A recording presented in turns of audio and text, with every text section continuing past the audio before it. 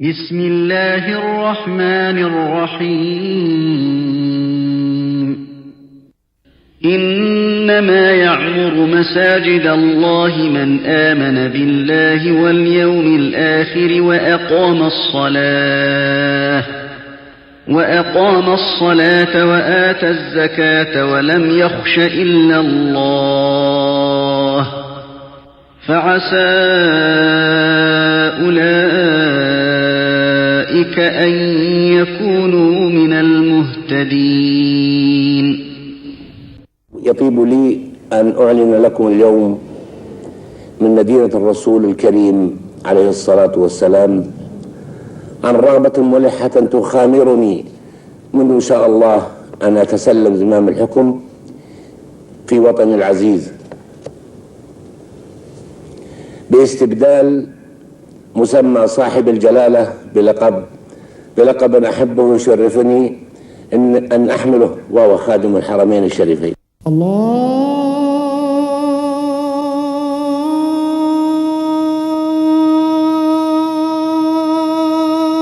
أكبر الله أكبر. The Prophet's Mosque in the city of Medina occupies a prominent place in the hearts of Muslims and in their history as well.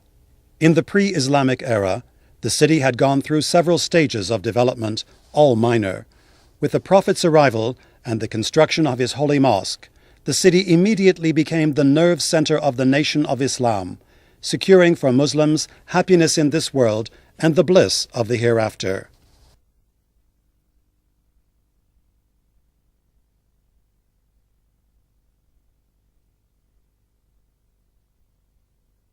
In the first year of the Islamic Hijrah, the Prophet's holy mosque was built in Medina.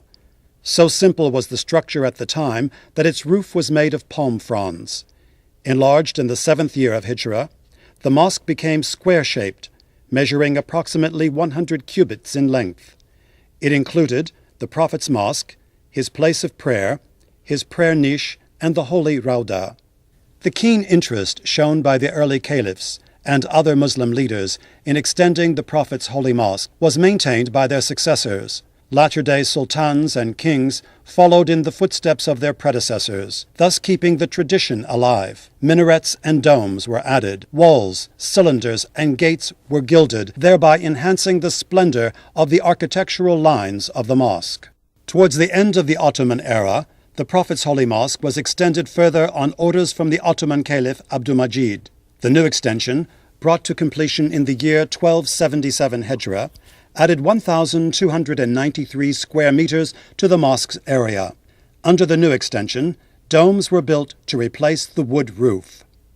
90 years or so were to pass before a fresh extension of the Prophet's mosque was to be carried out, this time upon orders from King Abdulaziz, may his soul rest in peace. The royal directive was for work to start in 1372 Hijrah.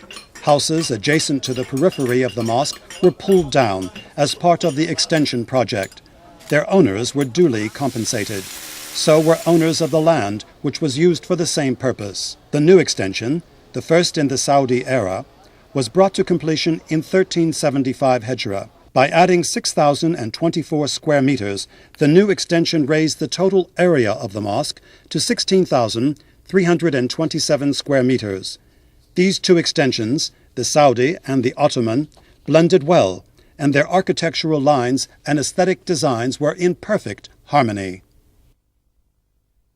From the beginning of his reign, the custodian of the two holy mosques, King Fahd, made it clear that the welfare of the two holy mosques was as close to his heart as it was to his father, Imam Abdulaziz ibn Abdurrahman, may his soul rest in peace.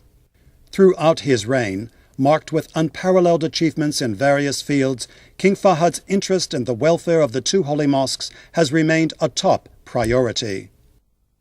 On Friday, the 9th of Safar, 1405 Hijrah, the custodian of the two holy mosques laid the foundation stone for yet another extension to the Prophet's holy mosque, the largest ever.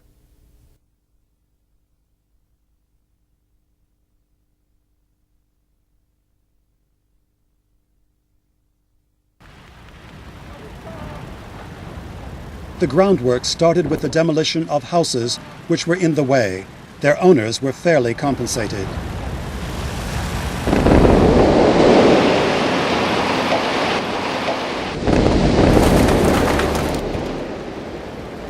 The site of the new extension has an area of 82,000 square meters. The structure is so spacious and solid, so rich with aesthetic touches and decorations, that all previous extension schemes pale in comparison. The latest engineering and architectural concepts were utilized in this project. Some were sheer innovations put to good use for the first time, such as the sliding domes, or the giant sunshades with their unique design, the electric escalators, which make it easier for hundreds of thousands of worshippers to move from one floor to another, to name but a few. The porticos, supported by endless rows of columns, the towering minarets, which have no match in height in Islamic history. The courtyards of the mosque, historically the most extensive, are covered with heat-deflecting marble slabs. The Prophet's Holy Mosque is a fine piece of architecture on a very grand scale. As such, it needs round-the-clock maintenance.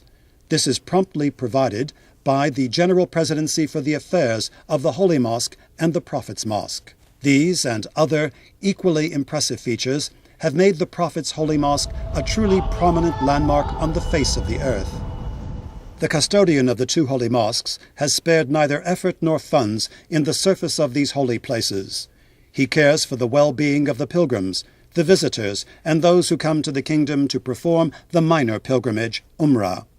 The architectural lines and the various designs employed in the extension project are typically Islamic. They blend perfectly with the spiritual halo which envelops the Prophet's Holy Mosque. Directives issued by the custodian of the two holy mosques laid emphasis on this point. The foundation of the new structure entailed the use of 8,500 piles sunk into the ground 30 to 50 meters deep. Their total length comes to 30 kilometers. Some 100,000 cubic meters of reinforced concrete were used in the substructures. The steel piles dovetailed with the iron bars used in the columns, the minarets, and the 1,877 substructural blocks made of 70,000 cubic meters of cement reinforced with steel.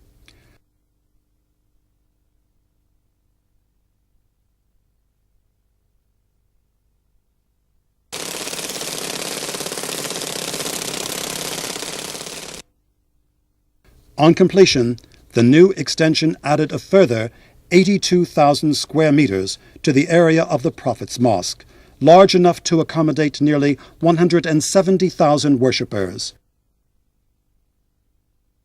The roof, with an area of 67,000 square meters, is fit for use as a place of prayer and could easily accommodate 90,000 worshippers.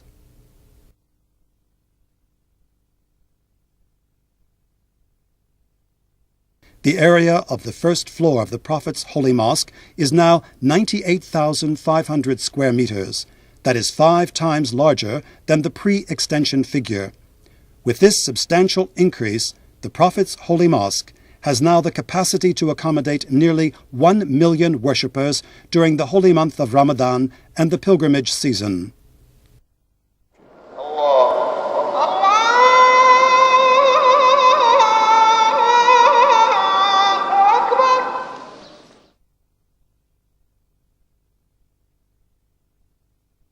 The extension, carried out at the initiative of the custodian of the two holy mosques, features porticos supported by more than 2,100 arch-topped columns.